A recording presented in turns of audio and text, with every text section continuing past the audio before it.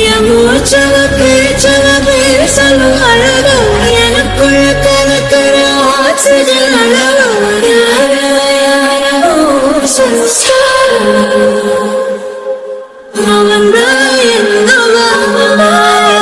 முரளையவ கலையவ அழகிய நிலவவ நிழலிலும் ஜொலிக்கிற நிரந்தர ஒளியவ சரியவ தவறவ சிரிக்கிற சிரிப்புக்கு அவதான் காரணமா. ஏய் அமிர்தா, அமிர்தா ஒன்னதான் கூப்பிடுறேன். என்னங்க? இங்க வா. என்ன உங்களுக்கு பிரச்சனை? முதல்ல இங்க வான்னு கூப்பிட்டேன். என்ன சொல்லுங்க. ஏண்டி எங்க அக்கா அந்த பயல போட்டு அந்த அடி அடிக்குது, ஒரு வார்த்தைக்காவது அடிக்காதீங்கன்னு சொன்னியா? இல்ல, நான் தெரியாம தான் கேக்குறேன். நான் சொல்லிதான் உங்க அக்கா அடிக்கிறாங்களா அடிக்காதீங்கன்னு சொல்றதுக்கு? இருந்தாலும் பச்சை புள்ள, நாங்க எவ்வளவு கத்துறோம். எங்க அம்மா சொல்றாங்க நீ சரியான கல் நெஞ்சுக்காரி தாண்டி. ஆமா, நான் கல் நெஞ்சக்காரி, உங்க அக்கா கரகாட்டக்காரி. ஏய் பின்ன என்னங்க, பிரியாணி வேணும்னா சொல்ல வேண்டியதானே? அந்த பையில எனக்கு போதும் அத்தன்ட்டான். நான் பாதி பிரியாணியை அவனுக்கு தான் நான் ஊட்டி விட்டேன். பாவம் சின்ன பிள்ளை சாப்பிடட்டுமேனு ஊட்டி விட்டேன். ஒன்னும் நல்லா இருக்கிறத போதும்னு சொல்லிட்டான். மீதி இருக்கிறதா தான் நான் சாப்பிட்டுட்டு அதுக்கப்புறம் கறி குழம்பு ஊற்றி சாப்பிட்டேன். இவங்களுக்கு என்ன பிரச்சனையா? வேணும்னா கேட்க வேண்டியதானே, வாங்கி வச்சு வேஸ்ட் ஆகிறதுக்கா? பாத்தீங்கல்ல, சுதன் கிட்ட சொல்லி தான் விட்டுருக்காங்க என் கூட பேசக்கூடாதுன்னு. அவன் சின்ன பையன் வளரிட்டான். நான் சொன்னதை கேட்காம இப்படி உளறி மாட்டி விட்டுட்டேன்னு தான் அடிச்சிருக்காங்க. எவ்வளோ படிச்சிருக்கீங்க, வெளியூர்லலாம் போய் வேலை பார்த்துட்டு வந்திருக்கேன்னு சொல்றீங்க. சின்ன லாஜிக் கூட உங்களால புரிஞ்சுக்க முடியாதா? எல்லாம் புரியுதுடி, எல்லாத்துக்கும் காரணம் நான் பிரியாணி ஆர்டர் போட்டதுதான். ஆமா, அங்க சுத்தி இங்க சுத்தி நான் தான் எல்லா பிரச்சனைக்கும் காரணம், அப்படிதானே? நீ பேசாம அமைதியா இருந்திருந்தீனா இந்த அளவுக்கு பிரச்சனை வந்திருக்குமா? எப்படி நான் புளியோதரை கேட்டேன், வாங்கி தரல. அதுக்கு முன்னாடி மட்டன்லாம் கேட்டேன், வாங்கி தரல. கேட்டதுக்கு என்ன சொன்னீங்க?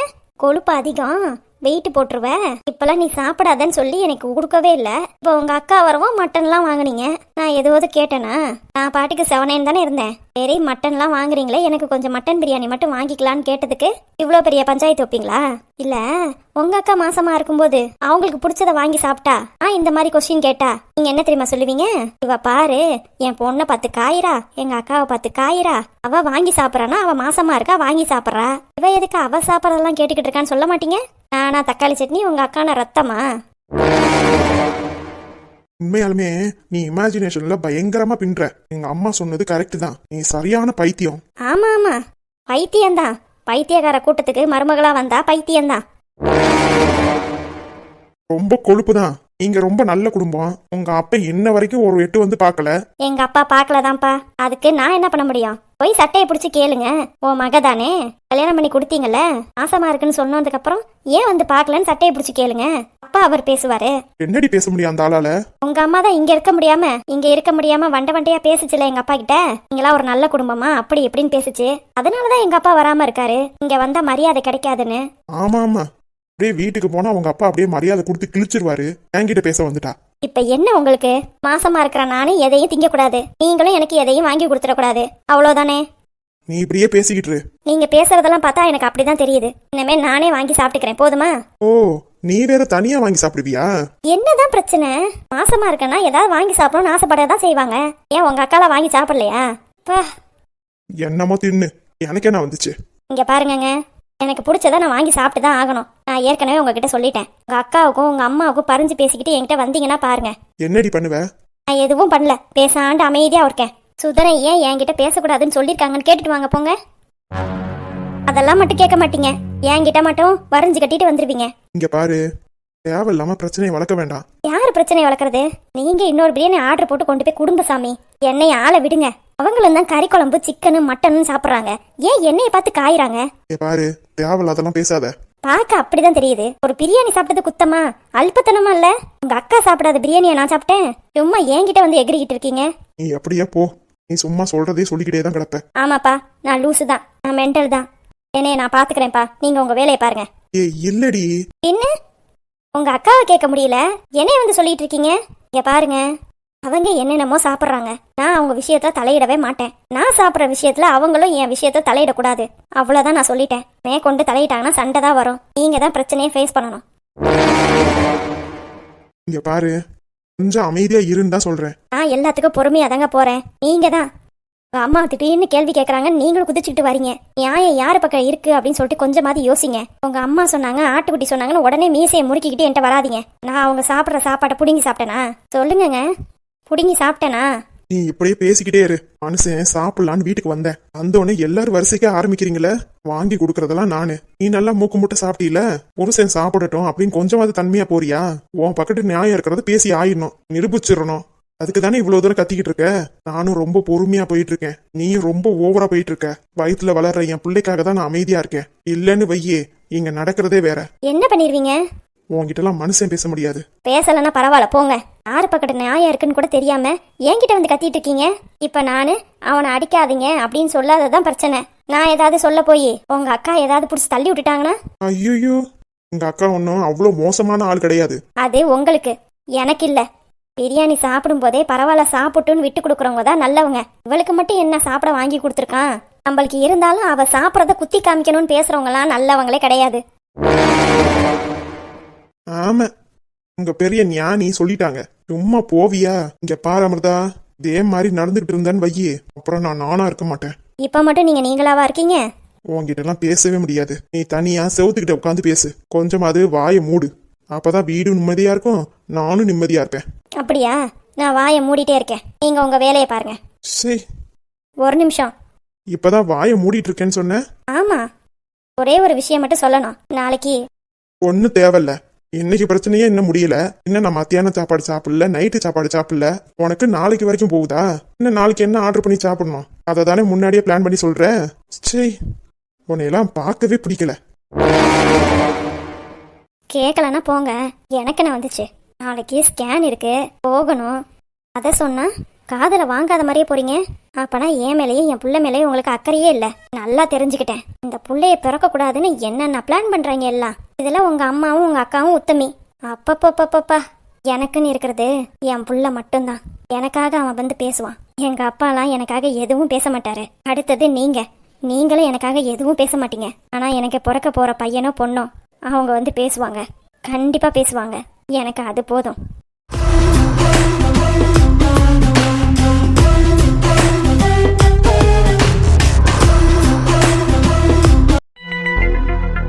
டேய் பாண்டி, நில்லுடா. என்னம்மா? நீ ஏன்டா சாப்பிடாம போற? ஐயோ, எனக்கு போதும்பா. எனக்கு சாப்பாடு வேணா, ஒண்ணு வேணாம். நான் ஹோட்டல்லே சாப்பிட்டுக்கிறேன். ஏன்டா கிறுக்கு பிடிச்சிக்குச்சா? அவதான் அப்படி இருக்கானா? நீ ஏன்டா சாப்பாட்டு மேல காமிக்கிற? ஒழுங்கா வாடா. வேண்டாமா, நீங்களும் விட்டு தர மாட்டேங்கிறீங்க, அவளும் விட்டு தர மாட்டா. ரெண்டு பேத்துக்கும் நடுப்புற நான் தான் மாட்டிக்கிட்டு முழிக்கிறேன். இப்ப நாங்க என்ன பண்ணிட்டோம்? மகாராணிய ஏன் பிரியாணி சாப்பிட்டிய? பிள்ளைக்கு கொஞ்சமா கொடுத்துட்டு நீங்க மட்டும் எல்லாத்தையும் சாப்பிட்டுட்டீங்களே அப்படின்னு கேட்டது ஒரு குத்தமோ? நீங்க எப்படி சொல்றீங்க? ஆனா அவ பாதி பிரியாணி நான் சாப்பாடு ஊட்டி விட்டுட்டேன். அவன் பிரியாணி கேட்டேன், வேணான்னு சொல்லிட்டான். அப்புறமே எதுக்கு உங்க அக்காவும் உங்க அம்மாவும் என்கிட்ட இப்படி சண்டை போடுறாவ அப்படின்னு சொல்லி கேக்குறா. சரியான எடுபட்ட சிரிக்கி. வாயை திறந்தாலே பொய்யிடா. இந்த பையதான் சொன்னா, கொஞ்சமா தான் கொடுத்தாவ, எனக்கு பிரியாணி வேணான்னு வந்துட்டேன், கறி குழம்ப சாப்பிட்டுட்டேன்னு. நீ அவ சொல்றத அப்படியே நம்பிக்கிட்டேரு. மா, ஏன் முன்னாடி தானமா சூதன் சொன்னா? அவன் சின்ன பையன்டா, கொஞ்ச நேரத்துக்கு முன்னாடி மாத்தி பேசினா, இப்போ ஒன்னு சொல்றான். அவனுக்கு என்ன தெரியும்? சின்ன பையன் மறந்து போயிட மாட்டானா? இவ கொஞ்சமா தான் கொடுத்துருக்கா, உன்கிட்ட என்னமா அளந்து விடுறா. வாயை திறந்தாலே பொய்யி, பித்தலாட்டம் எல்லாம் பண்றது. சரிம்மா, நான் கிளம்புறேன். டேய், நீ ஏன்டா சாப்பிடாம போற? உனக்காண்டி கறி குழம்பு, கறி வறுவல், சிக்கன் கிரேவி எல்லாம் வச்சு கிடக்கு. ஒரு எட்டு சாப்பிட்டுட்டு போலாம்ல? பா, வீட்டுக்கு வந்தாலே நரக மாதிரி இருக்கு. பேசாம கடையிலே படுத்துடலாம் கூட தோணுது. ஓம் பொண்டாட்டி பாடா படுத்துறானா? அதுக்கு நாங்களாம் என்ன பண்ணோம்? எங்களை பார்த்து ஏன் கோவப்படுற? நான் யாரை பார்த்து கோவப்படலமா, எனக்கு என் மேலதான் கோவம். தயவு செஞ்சு விட்டுரு. எனக்கு சாப்பாடு வேணா, ஒரு மண்ணு வேணாம். இல்ல நாளைக்கு வேற ஆர்டர் போட போறாப்ல. பாத்தியா, அவளுக்கு வேண்டியது சாப்பாடு. நீ ஏன்டா அந்த சாப்பாடு மேல கோவத்தை காட்டுற? சண்டையை போட்டுட்டு சண்டையை மூட்டி விட்டுட்டு அவளே நல்லா சாப்பிடும்போது நீ ஏன் சாப்பிடாம போய் பட்னி கிடக்குற? இத்தே பெரிய கடைக்கு ஓனர் நீனு, வந்து தெம்பா சாப்பிட்டுட்டு நீ தெம்பா சண்டை போடலாம்ல. இவளுக்காண்டி ஏன்டா நீ சாப்பிடாம இருக்க? ஐயோ, எனக்கு வேண்டாமா. ஏன்டா இப்படி பண்ற? எல்லாம் சாப்பிடணும் தானே உனக்காக நான் கறி சாப்பாடுலாம் எடுத்து சமைச்சு வச்சிருக்கேன். நீ இப்ப வேணான்னு போயிட்டேன்னா நான் எப்படா சாப்பிடுறது? என்ன, நீங்களாம் சாப்பிடவே இல்லையா? நித்யாவும் மாப்பிள்ளையும் மட்டும்தான் சாப்பிட்டாங்க, நானும் அப்பாவும் இன்னும் சாப்பிடல. என்னம்மா? என்ன, உனக்கு நல்லபடியா வச்சு கொடுத்துட்டு தானே நான் சாப்பிடுவேன் எப்போதும். உனக்கு அது தெரியாதா? ஆடா, அவ கிடக்குறா, அவ நல்லா தெம்பா சாப்பிட்டுட்டு உன்கிட்ட பேசுறா. நீ ஏன்டா இப்படி பாடாப்படுற? கேக்குறதெல்லாம் வாங்கி கொடுக்குற, இப்படி உன்னை மாட்டி விட்டுட்டு வேடிக்கை பாக்குற. அவளுக்காக நீ ஏன் சாப்பிடாம கிடக்குற? அப்புறம் நானும் சாப்பிட முடியாது. நீ சாப்பிடலன்னா எனக்கு மட்டும் எப்படா தொண்டுக்குள்ளார சாப்பாடு இறங்கும்? வாடா, 2 வாய் சாப்பிட்றா தம்பி. சரிம்மா. ஆமா, அப்பா உனக்காக சாப்பிட்றதுக்காக உட்காந்துருக்காரு. அப்பாவும் இன்னும் சாப்பிடலையா? ஆமாண்டா, வா வந்து சாப்பிடு, வா, நல்ல பிள்ளை தானே. நீ வாடா, வந்து 2 வாய் சாப்பிட்டுட்டு போடா, அப்பதான் அம்மாவுக்கும் கொஞ்சம் திருப்தியா இருக்கும். வாடா. சரி வரேம்மா. சரி போ, போய் அப்பா கூட போய் உட்காந்து சாப்பிடு போ. ஆ சரிம்மா.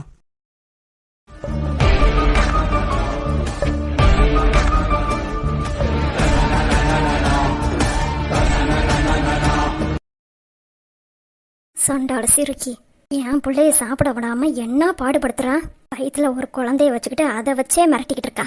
நீ பண்ற வேலைக்கெல்லாம் கண்டிப்பா சாமி கூலி கொடுக்குண்டி.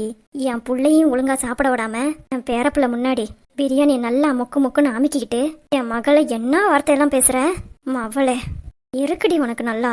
என்னோட பலமே என் பையன் மட்டும்தான். நீ என்னதான் அவன்கிட்ட நடிச்சாலும் அவன் நான் ஒரு அழுதா போதும் உடனே பொட்டி பம்பா அடங்கி என் பின்னாடியே வந்துருவான்டி.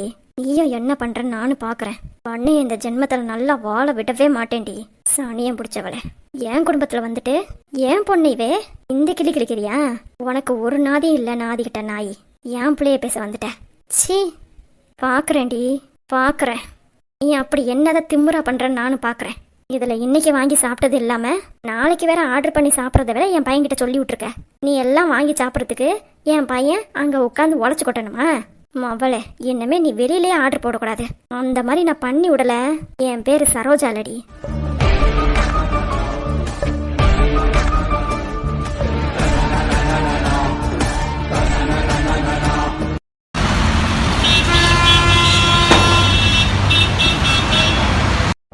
என்ன கீதா, என்ன அவசரமா பாக்கணும்னு கூப்பிட்ட?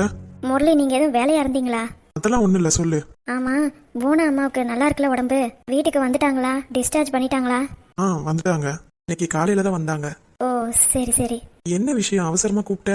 நான் சொல்றேன்னு தப்பா நினைக்காதீங்க. இதுல என்ன தப்பா நினைக்கிறதுக்கு இருக்கு? இல்ல முரளி, நான் சொல்ல போற விஷயம் அப்படி. சரி சொல்லு. போன அத்தைக்கு இந்த மாதிரி நடந்தது பூர்ணிக்கு எப்படி தெரியும்? என்ன சொல்ற? ஆமா முரளி, நான் சொல்ல சொல்ல பூர்ணி ரொம்ப சந்தோஷப்பட்டா. அதுவும் இல்லாம அந்த ஆக்சிடென்ட்டுக்கும் இவளுக்கும் ஏதோ சம்மந்தம் இருக்கிற மாதிரி எனக்கு தோணுது. எதை வச்சு அப்படி சொல்ற? நான் இன்னைக்கு காலையில ரொம்ப சோகமா இருந்தேன். என்னன்னு கேட்டு ரொம்ப சந்தோஷமா கேட்டுட்டு இருந்தா. அப்ப 2-3 வாட்டி கேட்டா. முரளியோட அம்மாவுக்கு உடம்பு சரியில்லை, அவங்களுக்கு ஏதாவது ஒண்ணு ஆயிடுச்சா அப்படின்னு இப்படின்னு கேட்டுக்கிட்டே கிடந்தா. நான் நினைச்சேன் இவ தான் ஏதாவது பண்ணிருக்கணும்னு.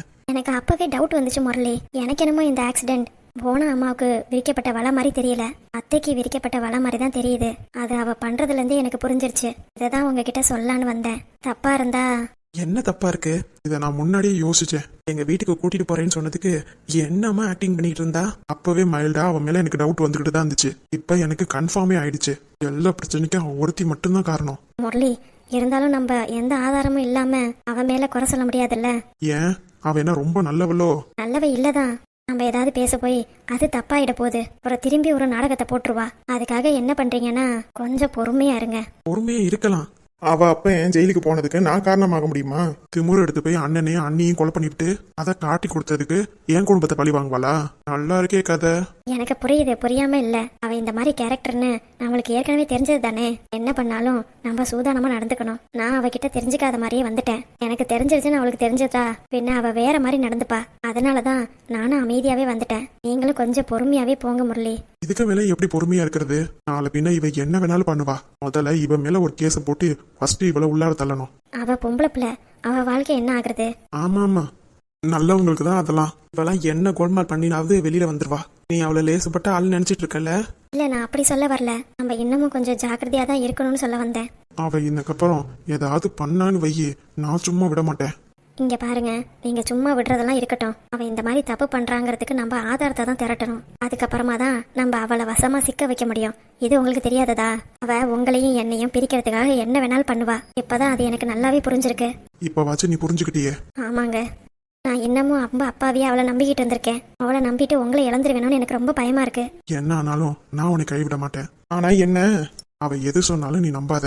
நானே அவளை கட்டி பிடிச்சேன்னு கூட கதை சொல்லுவா. ஆனா நீ மட்டும் அவ சொல்றதுக்கு தலையாட்டிட்டு நம்ப ஆரம்பிச்சிட்டேன்னு வையி, அவ்வளவுதான். அப்புறம் அவ ஜெயிச்சிருவா. இல்ல முரளி, நான் அந்த மாதிரிலாம் நம்ப மாட்டேன். முன்கூட்டியே நான் அவன்கிட்ட சொல்லி வைக்கிறேன். சரி.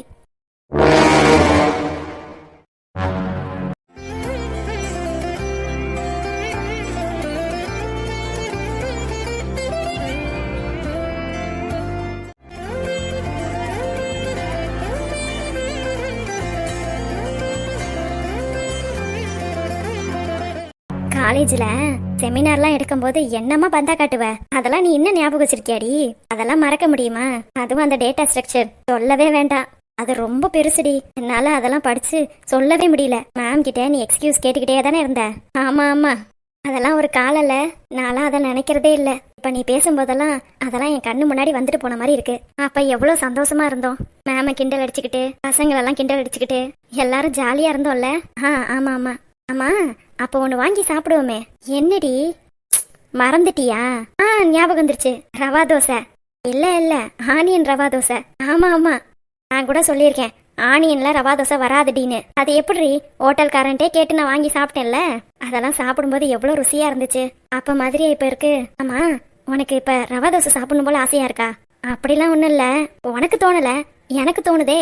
ஏய், இந்த ஈவினிங் டைம்ல யார் ரவா தோசை போய் சுடுவா? அது எப்படியா இருந்தாலும் கொஞ்ச நேரம் வெயிட் பண்ணி சுட்டி எடுத்துட்டு வரணும்ல. முருகனும் வெளியில போயிருக்காரு, நீ தானே சொன்ன? ஆமாண்டி, ஆனா ஆர்டர் பண்ணலாம்ல. ஈவினிங் டைம்ல ரவா தோசை எல்லாம் கிடைக்குமா? நாங்க எப்பவுமே ஒரு ஹோட்டல்ல ஆர்டர் போடுவோம், அங்க ஆர்டர் போடுறேன், கண்டிப்பா சீக்கிரமா வந்துடும். ஏதோ சொல்ற, சரி நான் ஆர்டர் போடுறேன்னு. சரிடி. என் ஃபோன் எங்க? நீ வரும்போது ஃபோன் எடுத்துட்டு வரலடி. காலையே பார்த்து ஆர்டர் போட்டுட்டு வந்து உட்கார்றேன். சரிடி. என்னமோ அதெல்லாம் மறக்கவே இல்லை. என் மேல உள்ள கோவத்துல எல்லாத்தையும் மறந்துடுவான்னு நினைச்சேன்.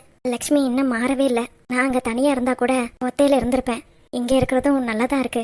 லக்ஷ்மி என்னைய நல்லா பாத்துக்கிறா, எனக்கு ரொம்ப சந்தோஷமா இருக்கு. என்ன மேடம், மறுபடியும் தனியா பேசுற பழக்கம்லாம் வந்துருச்சா? அப்படிலாம் ஒண்ணு இல்லடி. என்ன உடனே வந்துட்ட? என்ன ரவா தோசை கிடைக்கலையா? அது எப்படி? இந்த லட்சுமி ஒரு விஷயத்த நினைச்சா அதை நடத்தாம விட மாட்டா. எப்போதும் போடுற ஹோட்டல்லையே நான் ஆர்டர் போட்டுட்டேன், இன்னும் கொஞ்ச நேரத்துல வந்துரும் பாரு. ரொம்ப சூப்பர் தான். பாத்தியா, அதுக்கு நீ இவ்வளவு குயிக்காவா? நாங்களாம் யாரு? போய் பார்த்துட்டு ரவா தோசையை கையோட சுட சுட வாங்கிட்டு வரேன். சரிடி.